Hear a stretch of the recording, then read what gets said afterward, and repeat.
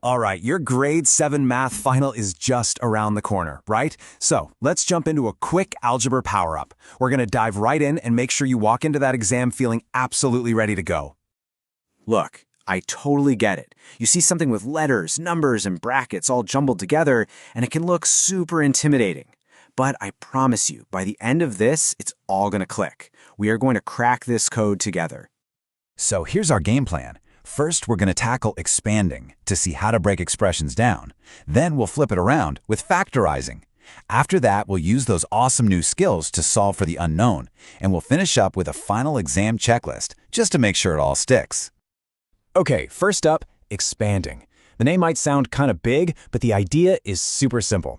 It really all boils down to one thing: breaking down those brackets by multiplying.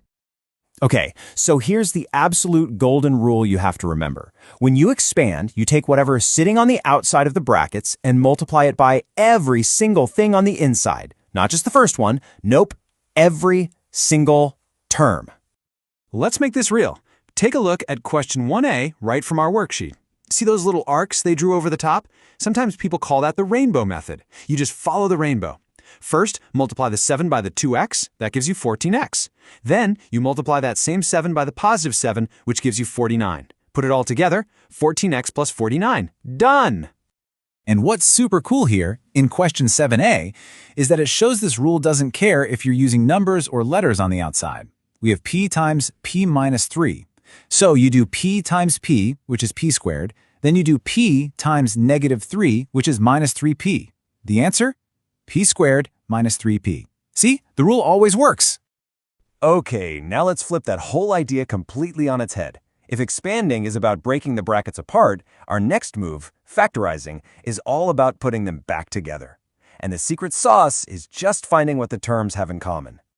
To do this, you've got one secret weapon in your toolkit, the highest common factor, or HCF for short. Don't let the name scare you. It's just the biggest number, and sometimes variable, that fits perfectly into all the pieces of your expression. And you gotta love this handwritten note on question 1b. It basically spells it out for us. You look at 3y plus 12, and you just ask yourself, what's the biggest number that goes into both 3 times 12? Well, that's 3, right? So the 3 goes on the outside of the bracket. Then you just fill in the blanks inside. Easy peasy. So what happens when things get a little trickier, like in question 5a? No sweat. You just handle it in two parts. First, look at the numbers, 5 and 15. The HCF is 5. Got it. Now the variables. We have a squared b and ab squared. What do they both share? Well, they each have at least one a and at least one b. So the HCF for the variables is ab. Put it all together and your HCF is 5ab. That's what goes outside the bracket. All right, time for the main event, solving for the unknown. This is where the magic happens. We're going to use expanding and factorizing as our power tools to finally figure out what that mystery letter is worth. Now check this out. This is so important. Question 2b shows us there's often more than one way to get to the right answer. In method 1, they start by dividing both sides by 4. In method 2, they start by expanding the bracket. And look, both roads lead to the exact same answer, b equals 4. The takeaway? You get to pick the path that feels easiest for you. So, how do you choose which path to take? Well, this little note on question 8b is a huge clue. With 2 times w minus 4 equals 13, you could divide by 2 first, but 13 divided by 2 is going to get messy with fractions. So, the smarter play? Expand first. You get 2w minus 8 equals 13, and from there, it's way simpler to solve. That's a top-tier exam strategy right there. All right, time to level up again.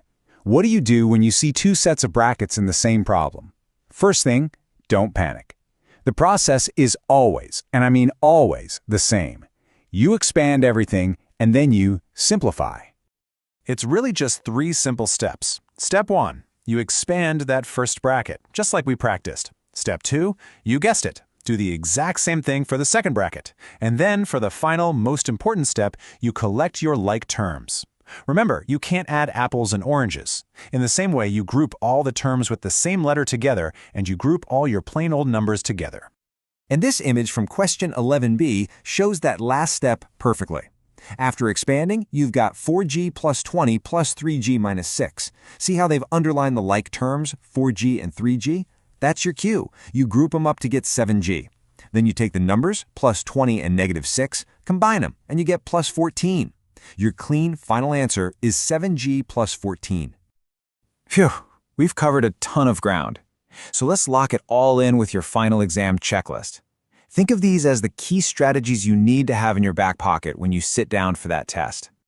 So, burn these 4 rules into your brain. For factorizing, always hunt for that HCF first. When you're expanding, please remember to multiply times every single term inside that bracket. When you're tidying up, group and combine all your like terms. And the ultimate pro tip, if you have time at the end, plug your answer back into the original problem to check your work. It's the best way to know you nailed it. So, there you have it. You've got the tools, you've got the strategy. Expanding, factorizing, solving, it's all just a pattern. So the only question left is, which one of these skills are you going to practice and master first? You've totally got this. Good luck on that exam.